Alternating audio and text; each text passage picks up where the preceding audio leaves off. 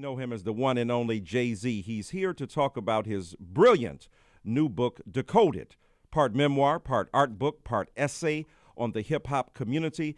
It is a study on a generation and a genre. It offers bristling, brilliant, powerful insights that pop off of every page that really give us a sense of what a genius at work is like, from the laboratory of his own mind as he ruminates upon not only his past, but thinks about the critical present and the vital future of not only this art form, but of the possibility of art emanating from and emerging from spoiled and marginal and sometimes dissed communities. But from that has grown such a powerful culture that has had global attention and has now seized international authority. We welcome to this show a man who is able to critically analyze the social dynamics, the politics, and so much more in hip-hop. Jay-Z, welcome to the Michael Eric Dyson Show. Man, I might have to use some of that intro right there. Allow me to introduce my man. His name is Hove. Look, so let's start at the very beginning, which is pretty difficult, of course, given that you've said in the press for the book Decoded that you're not a linear thinker. And I read this book, as the old people used to say, cover to cover, word for word, and you talk about not being a linear thinker, and that's one of the brilliant aspects of how your mind works, chasing down ideas, allowing the improvisational character of the great art that our people have produced and that America has produced. But it's not just about jazz or the musical art. It's also about Tarantino films and Warhol paintings and Jean-Michel Basquiat and all of this stuff. And trust me, you, my listening audience, if you want to get a sense of all of this, read this book because it's all there and you will see the kind of brilliance of this nonlinear thinking. And when we think about, however, where you came from, you know, I'm reminded of that lyric you talk about, and all my teachers couldn't reach me, and my mama couldn't beat me hard enough to match the pain of my pop not seeing me so with that disdain in my membrane, got on my pimp game, blank the world, my defense came. So start us from there. Give us a conversation about what it was like to grow up in Brooklyn's Marcy projects and what that world was like that you so brilliantly describe in the book. Well, Marcy for us was, it was our world. It was all we knew. We knew every nook and cranny of the projects. We knew where to hide. We knew where to run around. We knew around what time the ice cream man was coming, when the Johnny Pump was open. And, it was these beautiful, wonderful, joyous moments. And it would be sometimes interrupted by extreme violence. So we had incredible highs and remarkable lows. I mean, at age 9, I saw things that a 9-year-old wouldn't see anywhere. People getting murdered in the hallway and things like that. So we had these extreme highs and these extreme lows. Sometimes morbid things became almost normal. So you have to have this, you're almost desensitized to things that are atrocious. And it's, you start building up callous. You start building up a wall. If you've been hurt by your pop wasn't around. So, you never allow people into your inner circle anymore because you don't want to feel that sort of hurt. And, you start, all these layers and complicated things that happen to you. And, it defines who you are. And, in writing the book, I thought it was important because human beings are so complex. That's why the book is, part Tarantino, part Eric B. and Rakim, part Basquiat, part Warhol, part Kurt Cobain. It's all these influences and all these things, that make you who you are. Absolutely. And all of those things and a lot more have made you who you are. You talk about the dissolution of your parents' marriage and how that affected you when you were 9 years old. You talk about that sense of abandonment and leaving that real scar. And yet that is not only your story, but the story of millions, unfortunately, of other young black men. But you talk about getting a chance later on to meet him. And in one of your songs, you talk about being at the Tabernacle and how fake it would be for you to shed tears because you didn't know him that well. And yet there was a sense of intrigue about your relationship with him. You were able to grasp a sense of redemption, even though you'd only met him a little while before he died. Tell us about the meaningfulness of that, encounter with your father.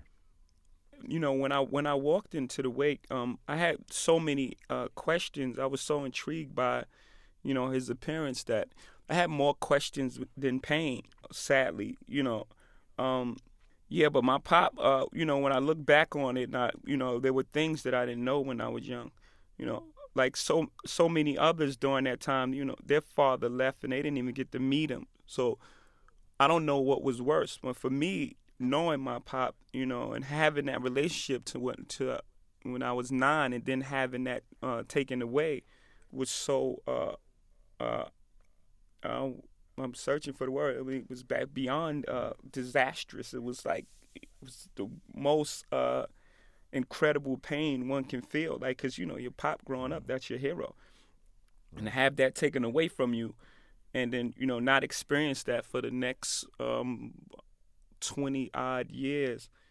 You build up this sort of that's where I say in the line, after the world my defense came. You don't want anybody to get closer. You don't want to experience that pain. So luckily for me, my mom had set up a meeting, and I got to we got to meet up later on in life. And I got to get all those feelings out. We got to have a conversation. If I give anybody a gift, any one of us in that generation that grew up without their fathers or never got to meet their fathers or any one of their parents, if I could give them a gift, that'd be a gift, because to let go of that sort of anger and that sort of pain is very healthy. It was very healthy for me. And I believe everything happens for a reason, because a month later, my pop passed away. And had he died and I had that sort of anger still bottled up, I don't know how I would be as a functioning human being, right now, today to day. Right. Yeah, and it's stunning because in one of your lyrics, I won't get this right, it's on the American Gangster, and you talk about the pain you experience, and these lyrics are where, I buried the ashes, so to speak. And Right. the palpable sense of hurt and pain that one can feel, the textures and tones of your songs really do communicate the immediacy of the emotion. And one of the remarkable things about this book is that even though you talk about, the pose, the mask, the being the tough guy, and you talk about authenticity and being real on the one hand, and yet wearing the mask on the other, that links you, of course, back to Paul Laurence Dunbar, We Wear the Mask, and down to the Fugees for that matter. But the way you brilliantly talk about that, you talk about exposing one's own soul, so to speak, and the emotion that you can feel in hip hop and how real that is, and making a connection to human beings. Tell us why that's such an important thing, and why that draws from some of the pain you've had, and your misfortune has been transformed into a gift for other people. Yeah, because I think at the end of the day, once we take away the titles of who we are, even beyond color, once we take away the title beyond color, beyond gender, beyond anything, once you take away the titles of who we are, author, writer, this, that, we basically share the same emotions. We share the same fears. We, abandonment. The same anxiety, the same aspirations. That whole picket fence with the family and the Goodyear tree. I mean, the Goodyear tire swinging from the tree in the backyard. We all have the same dreams, and so once you strip all those things down and you're able to put that sort of emotion in music, that's how people relate to you. People relate to the truth. The tracks and the music is the backdrop. It's the canvas on which we paint on. And for me, being able to share those emotions with the world, it's almost like being a healer. I mean, as I'm healing other people as well. Been people to come up to me in my shows and just, especially when I first started, because I didn't expect that sort of response. It was small when I first started. It was just me and, my inner circle, and I was telling our story, and it was, just hearing our story and hearing that effect that it had on them. I knew there were more people, but when they start really happening, 6'8" guys coming up to me and after the show with like tears in their eyes, say, like, I feel like you was looking through my window, and I relate to everything you're saying because it happened to me. It's an extraordinary feeling. It is, and that extraordinary feeling, of course, of knowing that you've touched the nerve center of another human being. I think it was Henri Nouwen, who's a famous theologian, who said, we're wounded healers, that the blood that we shed and the wounds that we bear may be able to help somebody else. And as we listen to your music, we know in that sense your wounds have been made available to a larger community who identify and with not to cut you off, but that sort of thing, Lloyd, Alfred Tennyson, and when you hear those sort of words, and these words have been here, way before us, and the answer that I gave is the exact answer. Is what's the poet's name? I'm sorry, that you Alfred just Lord said, Tennyson. Paul. Oh No, yeah, no, Paul no. Laurence Dunbar. Yes. It's that human emotion. Once you separate who we are as individuals, we all have those same sort of feelings. Welcome back to the Michael Eric Dyson Show. It is our distinct honor to have for this entire hour one of the greatest figures in modern American culture, not just in music, though he dominates that, not just in business, though he dominates that. He is a mogul. He is what Emerson called a self-rebegetting figure, which means he continues to recreate himself. He continues to improvise upon the elements of identity that he has both inherited, but certainly that he has now made. Jay-Z, you started rapping early on, but you also joined, and you talk about this in the book brilliantly, the relationship between hustling and rapping. But, you opened the book with a powerful explanation about what a cipher is. And what I love about you in the book, you say, look, I didn't know that that's what it was then. We didn't even call it that then. But you were honest about where you were. You take us into the worldview of a young person who's growing up. So take us into that worldview where you get your first scent of rap, so to speak, and then how that was parallel to the hustling that you engaged in later on. The first time I heard, my mom and pop had a huge record collection, and my mom, I think she had King Tim III, one of those. She had like one of the first rap records ever. But it wasn't until I happened upon this cipher right in front of my building in Marcy Projects. There were a bunch of kids standing around this one guy. His name was Slate. He's a bit older than me, and he's just taking these words and he's pulling them out the air and he's just throwing them all around, and everyone's fascinated and everyone's hanging on his every word.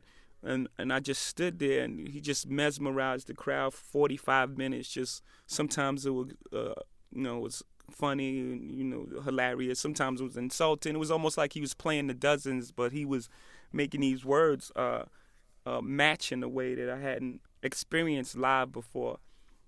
And from that day, then I knew the power of words, and I started searching for words, and I was just enthralled by how he captivated that crowd for that long. And I thought, man, I can do that. And it just felt like the first time that our story was being told our way. We listened to all those great records. We listened to The Temptation. We listened to Prince, Michael Jackson. We listened to all those in the house. And it almost felt like at that moment, there would be a closer conversation that was to be had. And from that day on, it was like, I don't know if I ever, of course, haven't fell out of love, but I don't know if I haven't thought about words in the same way since. Wow, and that's one of the greatest wordsmiths of our generation. Let's take a listen to his exploration of the hustling lifestyle that has become dominant, that he claims is the truth of hip-hop. Not the only truth, not the only story, but a central one that had been neglected even in the earlier history of hip-hop. Let's listen to Can't Knock the Hustle. Check.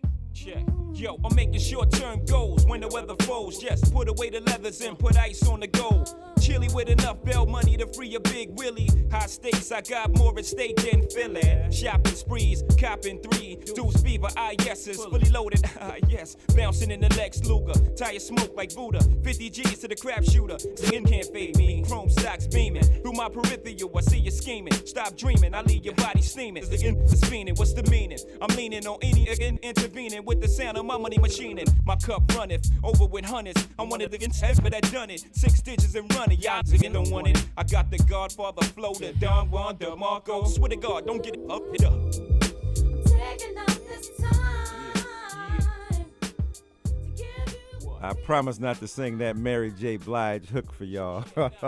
That's Can't Knock the Hustle off The of strange the first. thing about I'm sorry. No, go the ahead. Strange please. thing, the strange thing about Can't Knock the Hustle, my intention in writing that was I was really speaking to the guys in the street. I was in the street when I thought of that song, and at that time, the hustlers, the street hustlers, were making more money than the rappers, and I always had this love for rap, but it was almost like I was embarrassed to really say how much I really wanted to do it because, at the time, we were the guys, and we rappers was almost frowned upon because we were pulling up in Lexus and Benzes and all that, and rappers was jumping out of turtle tops and 12 of them, and we thought, man, these guys are working so hard and they're missing their sons and daughters' first steps and being away from their families, and everybody else is making money but them. This is before the big deals that Russell and Puff and every Master P and all of them were doing. So I couldn't really say how much I was in love with this art form. So I was telling guys in the street, you can't knock my hustle, because street hustling, that was my life, and rap was my hustle at the time. So the intention of writing that song was to tell them that, but I kind of disguised it with all the talk of things that we were doing every day. Right. Now that's a remix even from the book, y'all. Y'all getting the straight Michael Eric Dyson Show remix of Hova decoding "Can't Knock the Hustle." How cool is that? You talk in the book so very poignantly about an issue that a lot of people misunderstand. That's about the braggadocious nature, the self-assertion of hip-hop. And you say it's not just about, although it of course includes that, I'm better than you, I'm doper than you, I'm fresher than you, or whatever the current vernacular is, but you say it's also about the construction of a persona, of a mask, of a personality that people can identify with. Chuck D, as great a rapper as he was literally telling a story, narrating more like a reporter and a journalist, and people were moved by his words but didn't construct a persona around him because it was literally and objectively true. Whereas Jay-Z is not Sean Carter, though they converge. And you brilliantly discuss the convergence of Jay-Z and Sean Carter and how you use that persona to express some broader truths. Tell us about your theory and understanding of that.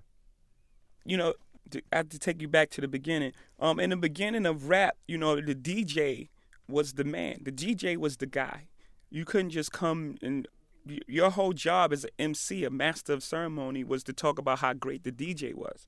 It was the DJ show. That's how it really started. So you had to have some sort of, it was almost a joust for you to be able to talk about the DJ. So you had to almost battle your way, in the position to say, not bad meaning bad, my DJ Jam Master Jay. I mean, even if you look at those early records, Eric B. and Rakim, the DJ's name came before the rapper's name.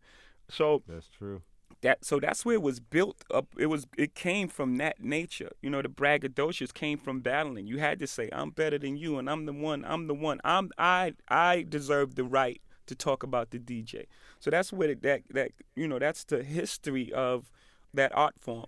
And now as it evolved and you take it forward, now you have people whose lives has been turned around by so many different things, so it complicates the matters even worse. So you take the foundation of it, then you add these other things, hustling and what's going on, and some guys reporting on what's going on in the street, other people's aspiration, the embarrassment of poverty, all these other things, and you add that into the flavor.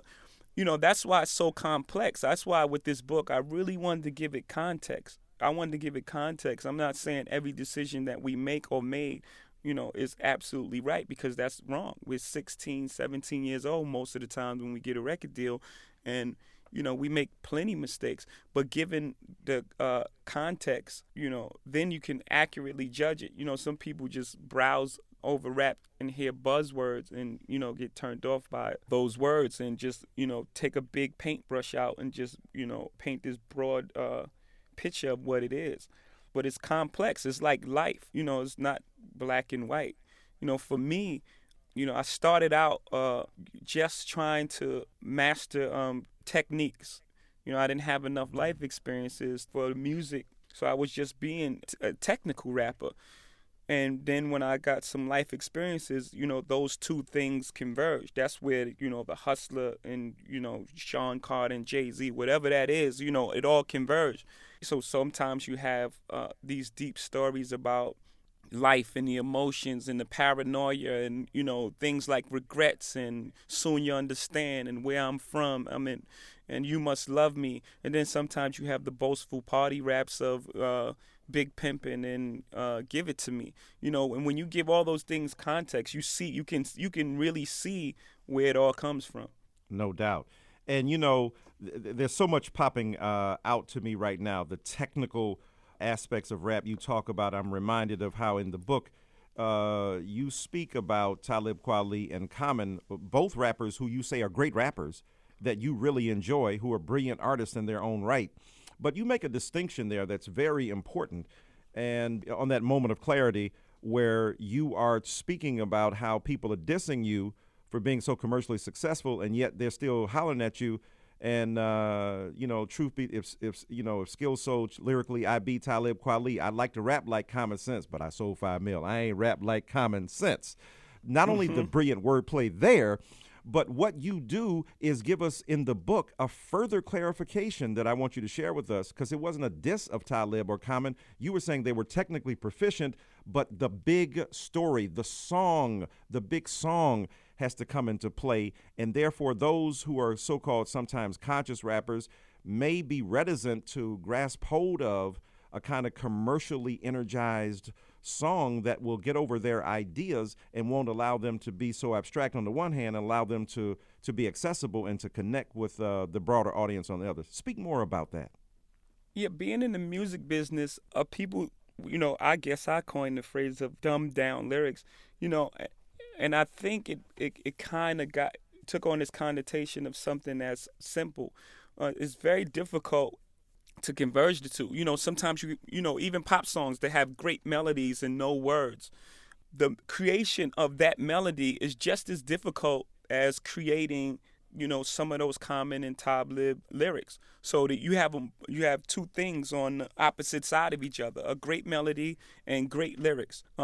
My thing was, what I was saying was, you know, I'm not dissing that, or I'm not dissing commercial music. I'm gonna take, you know, a great melody with great lyrics and converge the two, which is a very difficult thing to do, because, you know, if the pop guys could write deep and great lyrics, they would.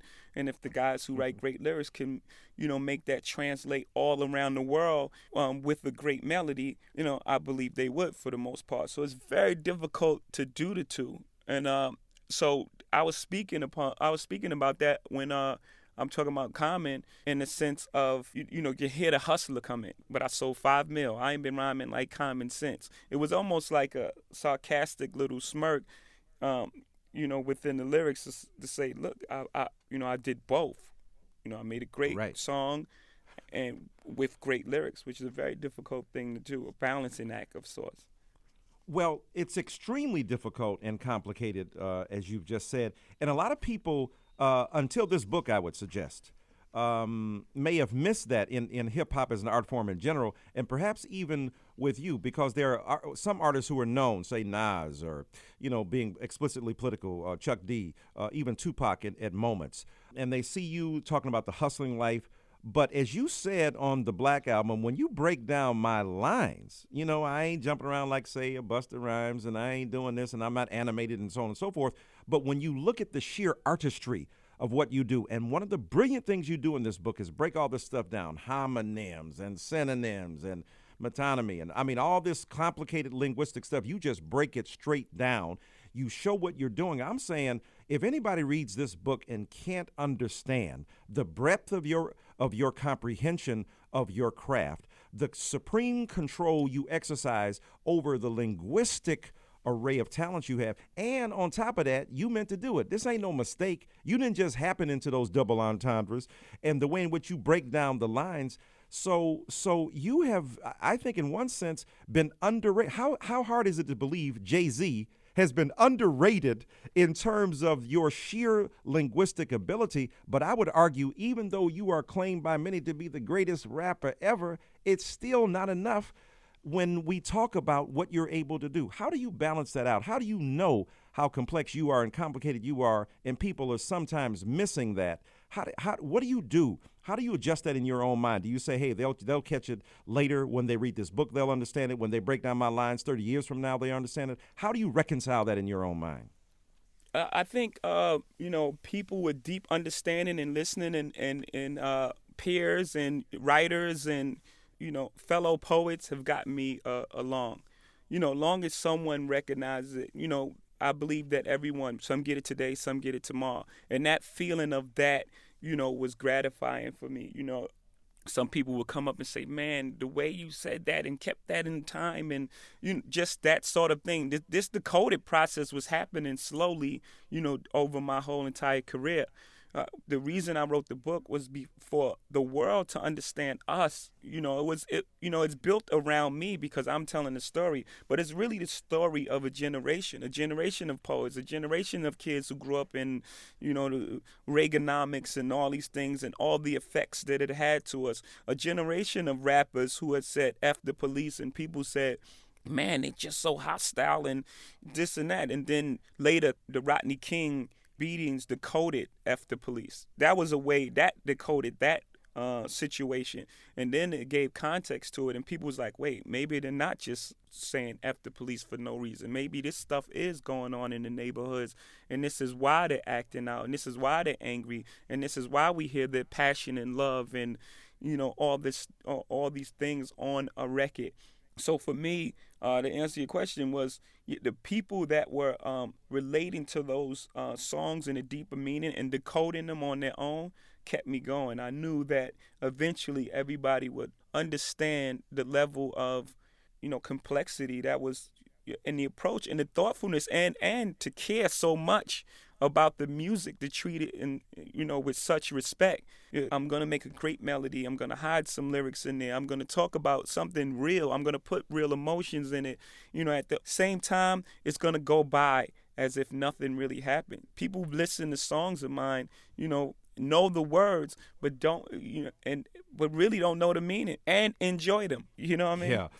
Well, right. I mean, and you make this so evident in the book that even on the percussive level, even on the melodic level, even on the harmonic level, even on just lining it out and beating it down, and the words you use, you give an example from Run DMC, and the words that may not make a whole bunch of sense in one level, but it makes sonic sense, and you break that down. So when we come back, we're going to have more from Jay-Z, who will decode some of the great and brilliant insight that he has condensed into these marvelously luminous and yet scintillating lyrics that he has presented to us. We're talking to Jay-Z, one of the greatest artists of our generation, and certainly a man who now has global reach. We're honored to have him on the Michael Eric Dyson Show, and when we come back, we're going to talk to him more about Decoded, his tremendous new book. We're joined this hour by rapper Businessman. I'm not a businessman, right? He's not a businessman. He's a businessman. So let him handle his business, damn. We're talking to author Jay-Z. He's talking about his new book, Decoded, part memoir, part art book, part thoughtful and insightful commentary on the hip-hop generation. It's not simply about him, though much of the mystery surrounding some of the lyrics, and I say some because there are 36 songs, I believe, I stand to be corrected in this book. He's going to have to write about, I don't know, maybe 150 more decodeds to get through the songbook. Decoded part 20, so we can understand. Let me ask you a question in regard to that. What was the selection process for the 36 songs? Because what you did was brilliant, I think. You gave us some of the familiar songs, and then you gave us a lot of stuff we didn't know. So was there a rhyme or reason, so to speak, behind the songs that you chose to feature in this book?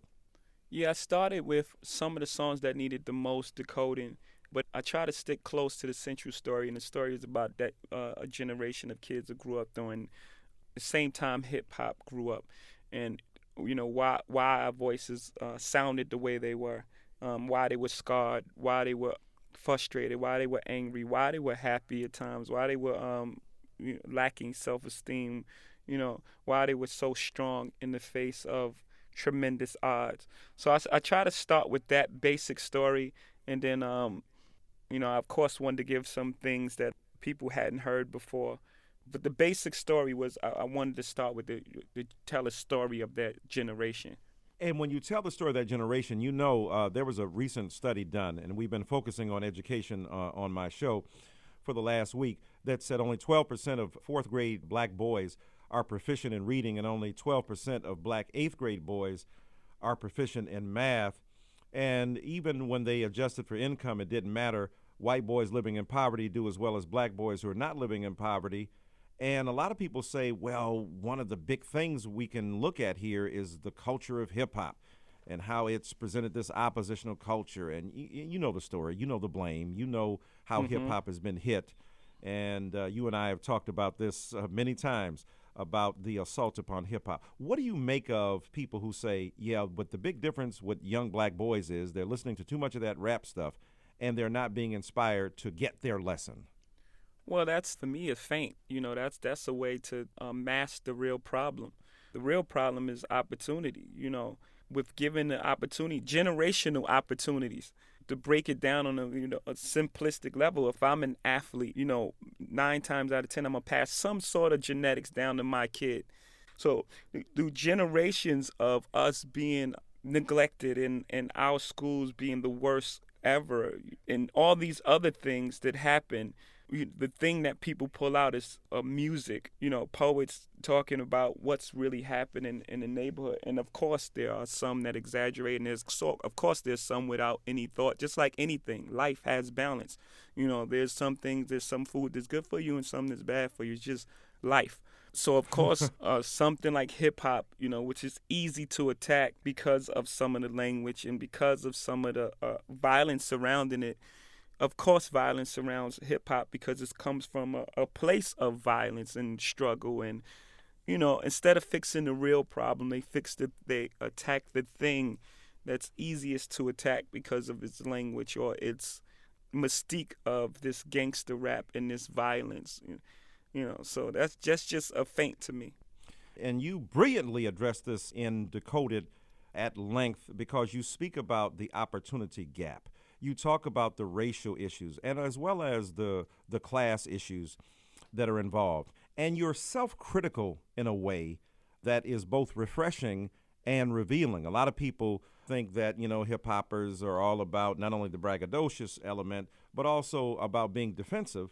And you talk about, I think, quite revealing self-criticisms in this book.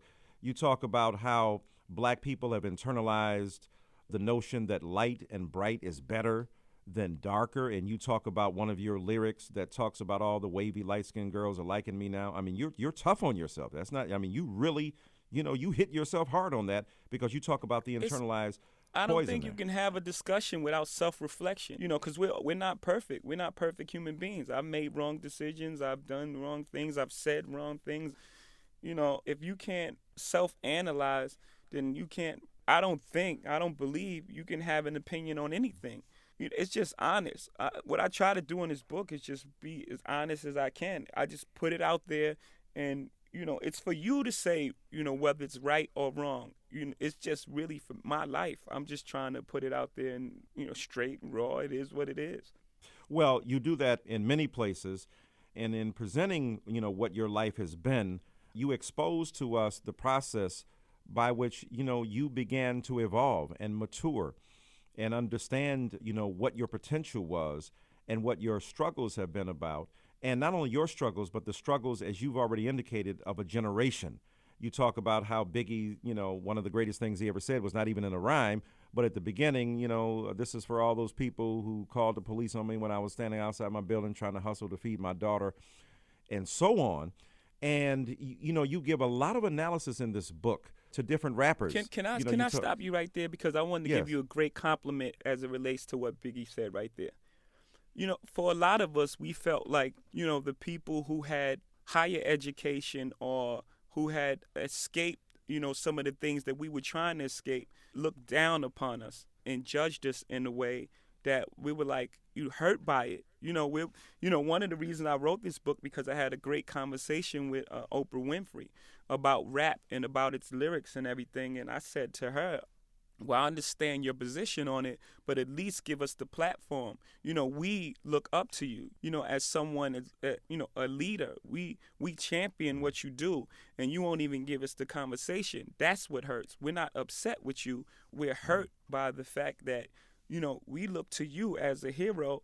And if we're doing something wrong, have the conversation with us. Tell us where we're going wrong, or give us the chance to explain why we said this, or why NWA said F the police, or why. Give us a chance to explain. That's all we want is the audience. And you as someone I've seen on CNN and all these different places explaining, in a way that we can't vocalize. Some of us, we know we're feeling, and we try to feel, and sometimes we don't communicate that correctly, whether it be our level of education or use of words or anger that's stopping us from really articulating what's really on our mind. And you, in the most distinguished way, articulating that for us and on behalf of us. And I just wanted to say that. That's very kind of you. We love you, to be sure, and the people who listen, but I want to thank you personally for that very gracious and remarkably compassionate comment there. And coming from you, that means the world to me, my friend. That certainly does. And this is what you do so well. I mean, not only engaging a culture that may not understand, people who don't understand what you're up to, what the people in your generation are up to. You do an epilogue in this book where you address Oprah Winfrey, and you do it graciously and kindly. But what I love about you is that you still stay on message and you maintain your point.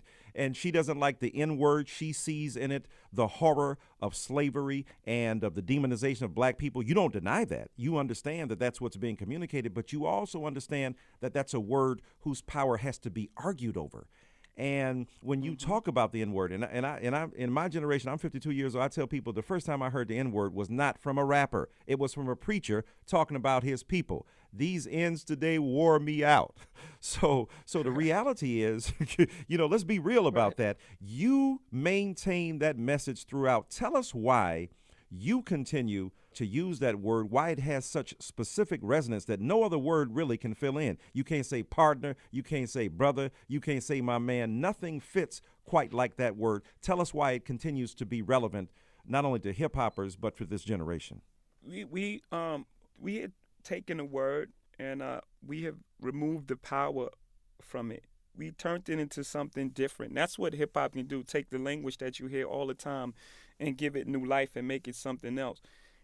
I've always believed that the action and the intent, not the words, is what needs to be fixed. If we take the word away from the English language, let's say we remove the word without fixing the action, that's like wiping your windshield off when you need gas. It's like it does nothing for the problem. Action and intent is what's powerful. I mean, words, of course, but the action behind it. If we remove the N word, then it's going to be porch monkey. It'll just be replaced by another word. So we must fix the action. That's what I believe. I always believe. Yeah, that's a powerful notion. And for those of you who have not yet read the book, please go get it, because Jay-Z deals with this with such intelligence and such balance and such power. And it's similar to what I was saying when the NAACP was bearing the word. I was like, it's going to be like Jesus. It's going to get up in 3 days. You bury it, it gets resurrected. Hey, N-word, we thought we had buried you. No, I am with you to the end of the earth, that where I am, there you may be also. So you can't really bury a word. It's going to come back at you. And there's a brilliant discussion in this book about that. Let's take a listen to Big Pimpin', one of the signature tunes that you made along with Bun B and Pimp C, and talk about some of the complicated messages that were put forth and how you've since talked about what they mean to you now. Let's listen to Big Pimpin'. That's Big Pimpin', and I want to give you all a little back history why I played that, and I wanted to talk to Jay-Z about that because he just talked about the N-word and how complicated that was and how the evolution of that term. But when we come to the misogyny, this is where you're also quite complicated and sophisticated, I think, in this book, because, of course, you've been hit for misogynistic lyrics and stuff. And again, given your self-criticism, I saw recently where you, in an interview, said, look, what was I thinking? Though, of course, those lyrics are offensive. Tell us about your own evolution in regard to these lyrics in particular and why that was such a huge song, however, for your career. What I really try to get forth, and I keep saying it, I feel like a broken record, but, it must be said again and again, is what I try to give is context. What people have to understand when songs like, first of all, it's a very entertaining and fun song, I must say. But, songs like Big Pimpin' and where they come from, we come from a place where, our relationships are not those of built out of love. They're built out of convenience, and they're built out of fascination with whatever. It comes from a place where the girls, they're not women yet, have low self-esteem. The guys have low self-esteem, so they can't teach the woman how to have self-esteem, and vice versa. And a lot of these relationships happen on the road. You never see the girl again, and all these things happen. Most rappers get a deal when they're 16 and 17 years old, so they're not talking about a mature level of love. They're talking about a fleeting love that's 15 minutes, if that. And the challenge I put forth for all of us is, songs like Ain't No become Big Pimpin', that become Song Cry, that become Bonnie and Clyde, that that you even see the evolution in music. We can't evolve as human beings and not let that infiltrate our music. A lot of artists, and I'll put the challenge forth to them, is a lot of artists, they still try to record like they're 18 years old when they're 30, and when they should be trying to evolve as human beings. They can't just evolve as human beings and without letting the music evolve, the music that we love. We have to evolve, as musicians also. So you have to look at a song like Big Pimpin' and say, man, I don't feel like that today. But, at the time, I don't apologize for it. It was, something I went through, and I still enjoy the record. I still perform it today. But you have to look at some of the songs I made. Again, even in my music, my songs evolve. My last album, Big Pimpin' wasn't on there. Venus versus Mars was on there. It was a much different sort of relationship. Let's end where we began, with the personal and the individual, and the quite painful but nonetheless revealing struggle over becoming oneself when a parent is not present. And, our producer here, executive producer DeVar Arnold, her 21-year-old daughter is leaving to see her father for the first time since she has been an infant. And, what do you say to the Samaras and any young person out there who has the courage to really try to reconnect with their parent? You are so moving in describing what that meant to you. Can you give some encouragement to all of those young people who are confronting their parents for the first time, giving up the pain and the agony and the anger and maybe claiming the love and the redemption?